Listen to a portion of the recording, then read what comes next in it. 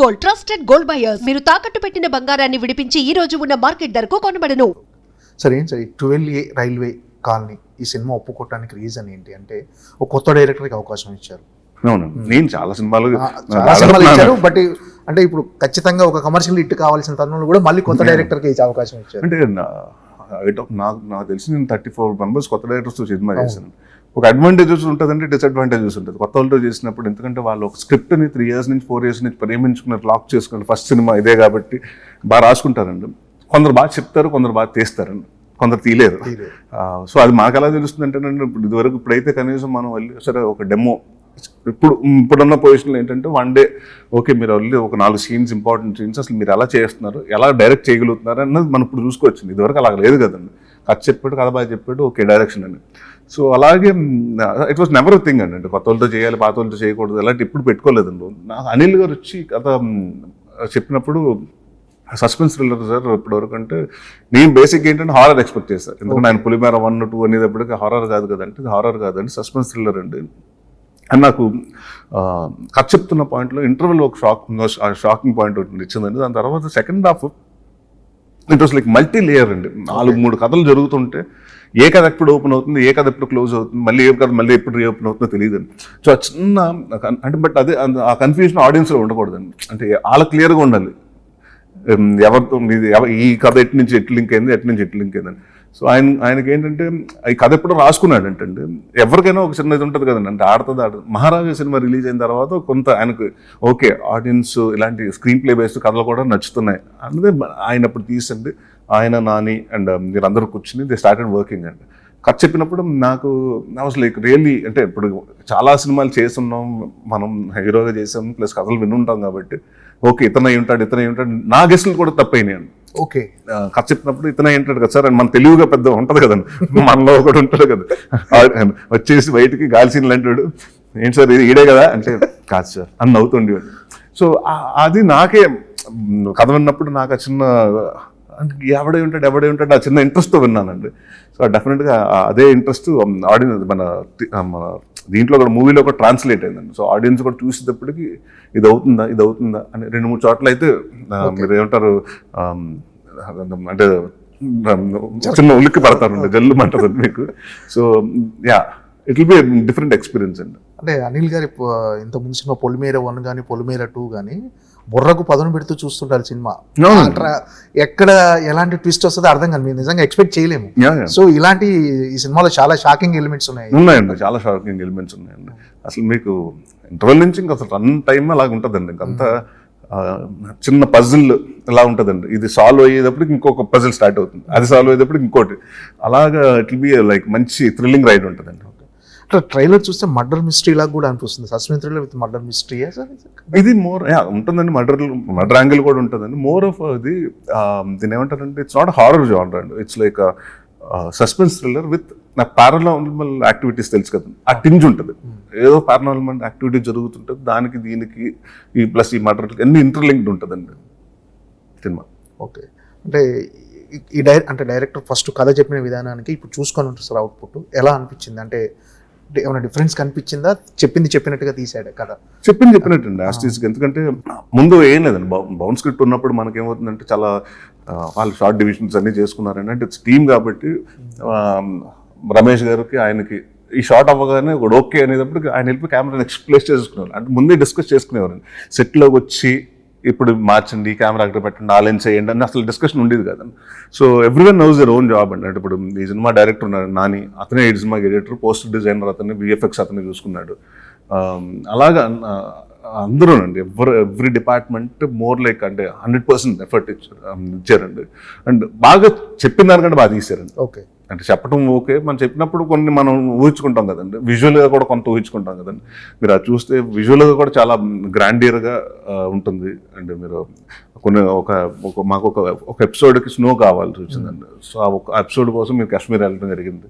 So ఇలాగండి even production side నుంచి కూడా వాళ్ళు అన్నీ బాగా సపోర్ట్ చేశారు అందరూ. అలా ఇలాంటి సినిమాకి టెక్నికల్గా మీరు అంటే బాగా సౌండ్ ఉండాలి, టెక్నికల్ నేపథ్య సంగీతం కూడా డెఫినెట్గా చాలా క్రూషియల్ రోల్ ఎలా ఉండబోతుంది సార్? అంటే ఇలాంటి సినిమా ఒక మీరు అన్నట్టుగా ఒక సస్పెన్స్ థ్రిల్లర్కి నేపథ్య సంగీతం అనేది ఆ సినిమా మూడ్ను క్యారీ చేస్తుంది. అంటే ఫస్ట్ భీమ్స్ గారు అనుకున్నప్పుడు ఆయన వచ్చి 6 సాంగ్స్ ఎందుకు లేదండి 3 పెట్టారంటే, ఏమంటే జనరల్గా ఇలాంటి సినిమాలకి సాంగ్స్ అన్నది చాలా స్పీడ్ బ్రేకర్స్ లాగా ఉంటాయండి, ఫాస్ట్గా వెళ్ళిపోవాలి, అంటే స్క్రీన్ ప్లేకి అడ్డు రాకూడదండి. సో మాకున్న సిచ్యువేషన్స్ ఏంటంటే 3 సిచ్యువేషన్స్ ఉన్నాయి. సో సాంగ్స్ బాగా ఇచ్చారండి. సో మేజర్ ఛాలెంజింగ్ థింగ్ ఏంటంటేనండి, ఫస్ట్ టైం నేను ఇదేంటంటే సస్పెన్స్ థ్రిల్లర్ చేస్తాను, ఆయన కూడా ఫస్ట్ టైం. ఎందుకంటే రెగ్యులర్ కమర్షియల్ సినిమా మ్యూజిక్ చేయటం వేరండి, ఇలాంటి సినిమాకి వచ్చేటప్పటికి ఏమవుతుందంటే 50% మన అంత ఆర్టిస్ట్ ఎంత బాగా చేస్తుందంటే ఎన్హాన్స్మెంట్ ఒక సౌండ్ డిజైన్ తోటి అండి, అలాగే బ్యాక్గ్రౌండ్ స్కోర్ మీద అండి అవి వర్కౌట్ అవుతుంటాయండి. అది మనకి కొంచెం రేసీగా భయపెట్టేలాగా వెనకాల అది రావాలండి. సో డెఫినెట్గా అది ఛాలెంజింగ్గా తీసుకున్నాండి భీమ్స్ గారు కూడా. ఆల్మోస్ట్ 2 months నుంచి అండి ఆయన ముందే చెప్పాడు ఏంటంటే, నాకు లాస్ట్ మినిట్ ఇచ్చి మీరు నన్ను కన్ఫ్యూజ్ చేయొద్దు, అంటే నాకేదో చేసి 15 రోజులు రిలీజ్ ఉంది, 15 రోజుల్లో అని మాత్రం పెట్టవు, నాకు డెడ్ లైన్స్ ఇవ్వద్దు, ఈ సినిమాకి నాకు నేను ప్రాపర్గా చేసుకుంటానని ఆయన 2 months అండి నోట్స్ రాసుకుని, ఆయన చూసుకుని, మళ్ళీ కరెక్ట్ చేసుకుని, దాని తర్వాత ఫైనల్గా ఆయన అనిల్ గారు కూర్చుని, నేను ఐ థింక్ భీమ్స్ గారికి బ్యాక్గ్రౌండ్ స్కోర్, జనరల్గా భీమ్స్ గారు సాంగ్స్ గురించి మాట్లాడతారండి, ఈ సినిమా రిలీజ్ అయిన తర్వాత భీమ్స్ గారు బ్యాక్గ్రౌండ్ స్కోర్ గురించి మాట్లాడతారు డెఫినెట్గా. సార్ ఏంటంటే కొన్ని సినిమాలు షూటింగ్ జరుగుతున్నప్పుడే ఆ పాజిటివ్ వైబ్ తెలిసిపోతుంది సార్. ఈ సినిమా షూటింగ్లో మీకు అలాంటి వైబ్ అంటే మనకేమవుతుందంటేనండి, వైబ్ అంటే కొత్త డైరెక్టర్లతో చేసినప్పుడు అండి డెఫినెట్గా వాళ్ళు చాలా బాగా చెప్తారండి కథలు, కొందరు అసలు తీయలేరు, సో కొందరు అసలు కథ సరిగ్గా చెప్పలేరు, బాగా తీస్తారు. సో బట్ ఈయన వచ్చి కథ బాగా చెప్పారు, బాగా తీస్తున్నారు. సో ఇట్ వాజ్ లైక్ అంటే అనిల్ గారు అండ్ నాని వాజ్ లైక్ వాళ్ళు వెరీ రిలాక్స్ అండ్ వెరీ పాజిటివ్గా ఉంటారండి. అంటే ఇప్పుడు నాని సినిమా డైరెక్టర్ అండి, మనం 13వ తారీఖున పెళ్ళండి, 21వ తారీఖున. అంటే మన ఇల్లు అసలు జనరల్గా ఫస్ట్ సినిమా వాళ్ళకి ఎలా ఉంటుందండి, అంటే నాకే ఇన్ని సినిమాలు చేసిన 64 సినిమాలు చేసిన రిలీజ్ రోజు ముందు టెన్షన్ వస్తుంటుందండి, ఏమవుతుంది, ఓపెనింగ్స్ వస్తాయా, రివ్యూస్ ఏం రాస్తారు, ఎలా ఉంది, ఆడియన్స్ రెస్పాన్స్ ఎలా ఉంది, ఇవన్నీ మనకు బోల్డ్. వాళ్ళు చాలా కాన్ఫిడెంట్ అన్నా కొడుతున్నా ఉన్నా వెళ్ళిపోతున్నాడు, ఈ సినిమా ఇంత కాన్ఫిడెన్స్ నాకుంటుంది లైఫ్లో ఎక్కడ ఉండి ఉంటారు అంటే అసలు భయపడలేదండి. అంటే very very confident about the product also అండి. ఈవెన్ అనిల్ గారు కూడా అండి డెఫినెట్గా కొడుతున్నాం సార్, మనం ఎందుకు ఎట్టు కొడుతున్నాం అని. సో ముందు ఆ పాజిటివిటీ ఉన్నప్పుడు అండి డెఫినెట్గా అది వర్క్ ప్లేస్లో కానివ్వండి, లేకపోతే మనం కలిసి, అంటే ఎందుకంటే ఇట్స్ నాట్ 1 రోజు 2 రోజులు జర్నీ కాదు కదా, 45 రోజులు 41 రోజు సినిమా చేశారు. సో ఆ 41 రోజుల్లో ఏ రోజు కూడా ఎక్కడ పాజిటివిటీ నెగిటివిటీ లేకుండా, ఎవరు బ్లేమ్ చేసుకోకుండా, ఎవ్రీథింగ్ వాళ్ళు ప్లాన్డ్గా అనుకున్నట్టు నీట్గా ఫినిష్ చేసుకున్నారు, ఎగ్జిక్యూట్ చేయగలిగారండి. So they was like all everything, ఎక్కడ చూసినా మీరు టెక్నీషియన్స్ చూసినా అందరూ పాజిటివ్గానే ఉండేవారండి.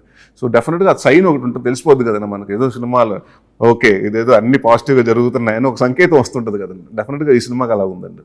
సార్. అంటే మీరు చేసిన నాంది సినిమా కానీ, ఇట్లు మారడం వెళ్ళి ప్రజానికం కానీ, రీసెంట్గా వచ్చిన అదేది మన బచ్చలమల్లి, ఇవి అంటే యాజ్ ఎ యాక్టర్గా మీకు ఎంతవరకు సాటిస్ఫై ఇచ్చింది సార్? సార్ ఇప్పుడు నాంది యాజ్ అన్ యాక్టర్గా ఐఎమ్ వెరీ సాటిస్ఫైడ్ అని చెప్తాను, ఎందుకంటే it changed my thing. Narration అన్నవాడు కామెడీయే కాదు, ఇది కూడా చేయగలుగుతాడని చాలామంది అంటే ఆడియన్స్ ఎప్పటి నుంచి మనం యాక్సెప్ట్ చేశారండి సార్. నేను గమ్యంలో కాల్సిన చేసినప్పుడు, శంభో శివశంభోలో చేసినప్పుడు యాక్సెప్ట్ చేశారు. బట్ ఎక్కడో తెలియకుండా ట్రేడ్ ఒకటి ఉంటుంది కదండి, ఇతని మీద కామెడీ సినిమాలే చేస్తారు, ఇతని మీద సీరియస్ సినిమాలు కొనొచ్చా కొనకూడదా, డిస్ట్రిబ్యూటర్స్ కానీ ప్రొడ్యూసర్స్ కానీ డబ్బు మీద పెట్టొచ్చా పెట్టకూడదని. సో అలాగండి ఇప్పుడు సినిమా హిట్ అయితేనేనండి మనం ఎంత బాగా చేసినా పేరు వస్తుంది. ఫ్లాప్ అయితే ఇప్పుడు చాలామంది మొన్న కూడా మాట్లాడుతుంటే బాగా ఎక్స్ట్రాడినరీ పర్ఫార్మెన్స్ అండి బచ్చలమల్లి, మేము ఎక్స్పెక్ట్ చేయలేదండి దాని సినిమా కొంచెం. సో ఇప్పుడు అంటే డెఫినెట్గా అది డిసప్పాయింట్మెంట్ ఉంటుందండి, ఎందుకంటే మేమేమనుకున్నామంటే ఒక ట్రూగా, అంటే ఆడ మారకూడదు మూర్ఖుడు కథ అనుకున్నామండి, మేము చాలా ట్రూగా చూపించాం. ఆడియన్స్కి ఏంటంటే మరీ అంత మూర్ఖుడుగా ఉంటాం అంటే వాళ్ళకి ఎక్కడో ఆ క్యారెక్టర్ కనెక్ట్ అవ్వాలి, ఎందుకంటే ఆ క్యారెక్టర్ మీద జాలి పోయండి, కోపం స్టార్ట్ అయిపోయిందండి. ఐ థింక్ అక్కడ somewhere we went wrong. But సిన్సియర్గానే చేస్తూ ఉండే, అంటే నేను ఇప్పుడు సినిమా హిట్ ఫ్లాప్ మన చేతిలో లేదు సార్. రేపు నేను 10 సంవత్సరాల తర్వాత టెలివిజన్ వచ్చి చూసుకున్నప్పుడు I should be feel proud of my work. అంతేగాని ఈ సినిమా అన్ఇంట్రెస్టెడ్గా చేశాడు, లేకపోతే ఆ సినిమాలో అతనికి ఏదో మన కొన్ని ఉండిపోతుంది, తెలిసిపోతుంది కదా ఆర్టిస్ట్ ఇంట్రెస్ట్గా చేశాడు, ఇంట్రెస్ట్ లేకుండా చేశాడు కూడా ఈజీగా తెలిసిపోతుంటుంది. So movie may hit or may flop, కానీ అసలు యాక్టర్గా నేను ఎప్పుడు ఫెయిల్ అవ్వకూడదు అన్నది ప్రయత్నం అండి కాన్స్టెంట్గా. అసలు మహర్షిలో మీరు చేసిన క్యారెక్టర్ చాలా వైడర్గా రీచ్ అయింది, దానివల్ల మీకు మంచి పేరు వచ్చింది. మళ్ళీ అలాంటి క్యారెక్టర్స్ మీకు అంటే మీరు చేయటం లేదా లేకపోతే ఆఫర్? నాగార్జున గారితో చేశాను కదా సార్, నా స్వామిరంగా చేశానండి. వస్తే చేస్తున్నానండి. అంటే నేను ఈ మధ్యకాలంలో తమిళ సినిమాలు కూడా అడుగుతున్నారు కానీ 2-3 సినిమాలు అడిగారు. బట్ నాకు ఎక్కడో ఇప్పుడు మేము గమ్యం చేసినా కానివ్వండి, మనం మహర్షి చేసినా కానివ్వండి, లేకపోతే నా స్వామిరంగా కానివ్వండి, శంభో శివశంభో కానివ్వండి, ఇవన్నీ నాకు హీరోకి ఎంత ఇంపార్టెన్స్ ఉంటుంది, నా క్యారెక్టర్ కూడా అంతే ఇంపార్టెన్స్ ఉంటుందండి. సో డెఫినెట్గా అలాంటి మంచి ఇంపార్టెన్స్ ఉన్న క్యారెక్టర్ అలాంటి డెఫినెట్గా చేస్తానండి. నేను మల్టీ స్టారర్కి ఐఎమ్ వెరీ ఓపెన్ అండి. ఇప్పుడే కదా నేను అందరికంటే వే బ్యాక్ నుంచి చెప్తుంది. రాజీవ్ కనకాల గారు హీరోగా, నేను విలన్గా చేశాం Visakha express. So it was like నేను ఎప్పుడు మల్టీ స్టార్ చేస్తూనే ఉన్నానండి. నేను వేణు గారితో చేశాను, శివాజీ గారితో, చాలా మంది హీరోలతో చేశానండి, మల్టీ స్టార్ చేశాను. I'm always open for multi stars అండి. డెఫినెట్గా మన తెలుగుని కాదండి, వేరే భాషల్లో కూడా అడుగుతున్నారండి. డెఫినెట్గా అలా వస్తే మంచి క్యారెక్టర్, ఇంట్రెస్టింగ్ క్యారెక్టర్ వస్తే వాళ్ళు డెఫినెట్లీ డూ ఇట్ అండి. ఏ హీరోతో చేయాలన్నది మీకు మల్టీ స్టార్ అంటే మీ ప్రిఫరెన్స్? నాకు వెంకటేష్ గారితో అండి. కామెడీ సినిమా టైమింగ్ బాగుంది అంటే కామెడీ అండి. నాకు ఆయన కామెడీ చాలా ఇష్టం అండి. వెంకటేష్ గారిది మంచి కామెడీ పెడితే బాగుంటుందని, అంటే ఆయనతోటి ఒక ఫన్ ఫిల్మ్ అండి వెంకటేష్ గారితో చేయాలని ఉందండి. అంటే మామూలుగా మీరు పార్టీ పర్సన్ కాదు, ఎక్కువ బయట కనిపించదు. అంటే ఐ థింక్ ఒక ఏజ్ అనుకుంటాండి, సెట్ అన్న ఏజ్ వచ్చిన తర్వాత నాన్నగారు ఇదేనికాడి నుంచి కొంత ఐ థింక్ మనిషిలో కూడా మార్పు వచ్చిందండి. సో మెచ్యూరిటీ రావటం, లేకపోతే బరువు అంటే బాధ్యతలు పెరగటం అన్నీ. ఇంకా దాని తర్వాత మ్యారేజ్ అండి, కోవిడ్ ఐ థింక్ అండి. కోవిడ్లో ఏమైపోయిందంటే 2 years పిల్లలతో పాపతోటి ఉంటూ ఇంకా సో ఐ బికమ్ అంటే టోటల్గా ఫ్యామిలీ మ్యాన్ అయిపోయానండి. సో వెళ్తూ ఉంటామండి అప్పుడప్పుడు, నెలకు 1-2 సార్లు వెళ్తూ ఉంటాను కదండి. బట్ నాట్ రెగ్యులర్గా వెళ్ళిపోయి పబ్బుల్లో కూర్చొని అలాంటిది కాదండి. ఎక్కడన్నా ఉంటే ఎవరో బర్త్డేస్, స్మాల్ గెట్ టుగెదర్స్ ఉంటే వెళ్తాను కానండి. అండ్ మోర్ లైక్ నాకు వర్క్ లేకపోతే ఆఫీస్లో ఉంటానండి, కథలు ఉంటాను, లేకపోతే ఇంట్లోనే ఉంటానండి. బయటకు అంత వచ్చేసి అంటే మోర్ ప్రైవేట్ పర్సన్ అండి. అందరూ ఏమనుకుంటారు, నా సినిమాలో నేను చేసిన క్యారెక్టర్ వల్ల సినిమాలు బయట కూడా ఇంత అలరగా ఉంటాడు, ఇంత బాగా ఎక్కువ మాట్లాడతాడు అనుకుంటారు. కానీ చాలామంది నేను చూసినప్పుడు, సార్ సినిమాకి దీనికి బయట సంబంధం లేదు సార్, ఏంటంటే మీరు ఇంత సైలెంట్గా ఉన్నారంటారండి. మోర్ ఆఫ్ సైలెంట్ ఇదేనండి. బట్ సినిమాలో క్యారెక్టర్ల వల్ల నా మీద ఇంప్రెషన్ అలా ఉండిపోయిందండి, అలరి అన్న పేరు అలా ఉండిపోయింది నాకు. అంటే మహర్షి సినిమా ద్వారా మీకు మహేష్ బాబు గారికి మంచి అనుబంధం ఏర్పడింది. ఆయనతో కూడా అంటే రెగ్యులర్ టచ్లో ఉంటారు సార్? లేదండి, అంటే ఎక్కడన్నా ఫంక్షన్స్లో కలుస్తూ ఉండి, లేకపోతే అలాంటివి కలుస్తాం కానీ. ఎందుకంటే నాకు ఏంటంటే ఐ డోంట్ గివ్ ప్రైవసీ అండి. అంటే ఎవరికైనానండి, నేను ఇప్పుడు వరకు ఆబ్లిగేషన్ అడగటం అండి నాకు ఇబ్బంది అండి. చాలామంది అంటుంటారు, సార్ గెస్ట్కి ఆయన పిలవండి అంటే, లేదు సార్ ఇప్పుడు ఇన్ని సినిమాలు చేసాం, ఒకసారి బాగోదండి. నేను జస్ట్ బికాజ్ నేను అంత వర్క్ చేశాను కాబట్టి ఆయన పిలవకూడదండి. ఎందుకంటే ఆయనకి రోజుకు ఇప్పుడు ఆబ్లిగేషన్స్ ఉంటాయండి. ఆయన కూడా మా సినిమా ఓపెనింగ్ చేయమని, క్లాప్ కొట్టమని, లేకపోతే ఆడియో ఫంక్షన్కి రమ్మను, లేకపోతే ప్రీ రిలీజ్ ఈవెంట్కి రమ్మను, రకరకాలు ఉంటాయండి. సో నాకు తెలుసు ఆయన because is more private person కాబట్టి ఐ షుడ్ డిస్టర్బ్. ఎందుకంటే నాకు యాజ్ అన్ యాక్టర్గా I don't like people disturbing me. So నేను అదే అనుకుంటానండి, అవతల కూడా నేను అలాగే ఉంటుంది. ఏదైనా ఉంటే మీ ద్వారా మీరు ట్రై చేసుకోండి, కానీ నేను ఆబ్లిగేషన్స్ అయితే అడగను. సో ఎక్కడన్నా కలిసినప్పుడు అండి, మనం అవార్డ్స్లో కలిసినప్పుడు మీ టాక్ అండి. ఈ రోజు ఆయన మహేష్ బాబు గారి రాజమౌళి గారి సినిమా ఎలా ఉంది? వెయిటింగ్ అండి. ఎందుకంటే రాజమౌళి గారు అన్న వ్యక్తి అసలు తెలుగు సినిమాని ఇంకొక స్టాండర్డ్ తీసుకెళ్లారండి. ఇప్పుడు చాలామంది అండి, ఎక్కడో వాజ్ రీడింగ్ అండి, మణిరత్నం గారు కూడా పొన్నియిన్ సెల్వన్ 1-2 చేయడానికి కారణం రాజమౌళి గారు బాహుబలి 1-2 వల్ల. సో ఇప్పుడు దానివల్ల అండి బాహుబలి, పుష్ప ఇవన్నీ మనకి తెలుగు సినిమాకి అక్కడ డోర్స్ ఓపెన్ చేసాయండి నార్త్లో. ఐ థింక్ ఇప్పుడు ఈ సినిమాతోటి నేషనల్ అయిపోయిందండి. ఇప్పుడు ఇంటర్నేషనల్ ఈసారి గట్టి కొడతారండి. కాంట్ వెయిట్ ఫర్ ఇట్ అండి. అండ్ ఇద్దరు కాంబినేషన్ అంటే ఎప్పటి నుంచో అనుకుంటున్న కాంబినేషన్ కాబట్టి అండి. అండ్ ఇద్దరు వెరీ రాజమౌళి గారు మోర్ పర్ఫెక్షనిస్ట్ అండి, మహేష్ గారు పర్ఫెక్షనిస్ట్. సో ఇద్దరు పర్ఫెక్షనిస్ట్ కలిస్తే ఆ ప్రోడక్ట్ ఎలా ఉంటుందో ఈగర్లీ వెయిటింగ్ కదా. సార్ ఎప్పుడన్నా మీకు ఈ కామెడీ ఇమేజ్ అనేది ఇబ్బంది కలిగించింది సార్? ఏ రోజన్నా అంటే ఈ కామెడీ హీరో అనటం ఇలాంటిది ఏమైనా ఇబ్బంది కలిగించింది ఎప్పుడన్నా అసలు? అలాంటిది ఇప్పుడు లేదు కానండి. అంటే సడన్గా ఎప్పుడన్నా ఎక్కడో ఒక చోట అండి, నేను ఎక్కడో కూర్చొని భోజనం చేస్తుంటే ఒక అతను వచ్చి ఒక పాపను తీసుకొచ్చాడు, 2 సంవత్సరాలు 3 సంవత్సరాల పాపను. ఏదైనా కామెడీ హీరో అన్న చూస్తున్నా, అమ్మాయి తెలియదు, మీ అంటే చాలా ఇష్టం అండి, కొంచెం నవ్వించండి మా పాపను అన్నాడు. అర్థం నవ్వించడం ఏంటో, ఇప్పుడు ఏం చెప్పి నవ్వించాలి, చిన్న పాప అండి. సో అలాంటివి తప్పండి. అంటే కామెడీ అంటే ఎక్కడికి వెళ్తే గాలి సీన్ ఇలాంటి పేర్లు పెట్టి పిలుస్తారు కానండి. బట్ ఎప్పుడు కించపరిచి కానీ ఎవరు అలా ఎప్పుడు మాట్లాడలేదండి.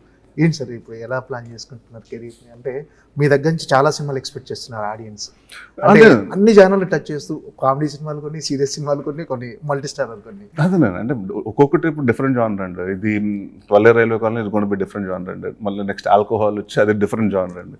దాని తర్వాత మళ్ళీ బ్యాక్ టు బ్యాక్ 2 కామెడీ సినిమాలు చేస్తానండి. సో అదే వెరైటీ ట్రై చేస్తున్నాను. అంటే నాట్ ఓన్లీ ఒక్కటే ఉండకుండా అన్నిట్లో I'm trying to do it అండి. నాకు కొంత ఏంటంటే ఐ వాంట్ బ్యాలెన్స్ అండి కామెడీ అండ్ సీరియస్ సినిమాలో కూడా. అంటే ఇప్పుడు ఏమైపోయిందంటే వెళ్తే పూర్తి కామెడీకి వెళ్ళిపోతున్నాను, లేకపోతే సీరియస్ అయిపోతుందండి. సో నా ఐ వాంట్ బ్యాలెన్స్ ఒక కామెడీ అండ్ ఒక సీరియస్ సినిమా, అలా 2 బ్యాలెన్స్ చేసుకుంటూ I want take my career forward అండి. Okay sir, all the best sir. Thank you, thank railway you. Station definite గా railway colony railway colony so 12 railway colony biggest blockbuster అవ్వాలని thank you మీ దగ్గర నుంచి more movies రావాలని expect చేస్తున్నాను సార్. Thank you all the best sir. Thank you thanks a lot. And for more videos, Please subscribe to iDream. Please subscribe to iDream. Please subscribe iDream. And please subscribe to iDream. For more videos, subscribe to iDream. please like, share, and subscribe to the channel. Congratulations, iDream. Subscribe to iDream. Subscribe to iDream. So subscribe to iDream Media. iDream ki iDream team andarki huge congratulations. Please subscribe iDream Media. Please subscribe to iDream. Subscribe iDream. Please subscribe to iDream. iDream అంటే నా కళల ఛానల్ను subscribe చేసుకున్న నోరు తిరుగుతలేదు, మీరైతే గంట గుర్తు కొట్టండి. For more such videos, please subscribe to iDream. Subscribe to iDream. Please subscribe to iDream. Please subscribe iDream Media. Please do subscribe to iDream. Please subscribe to iDream Media. For best entertainment and information, please subscribe iDream. And don't forget to subscribe to iDream.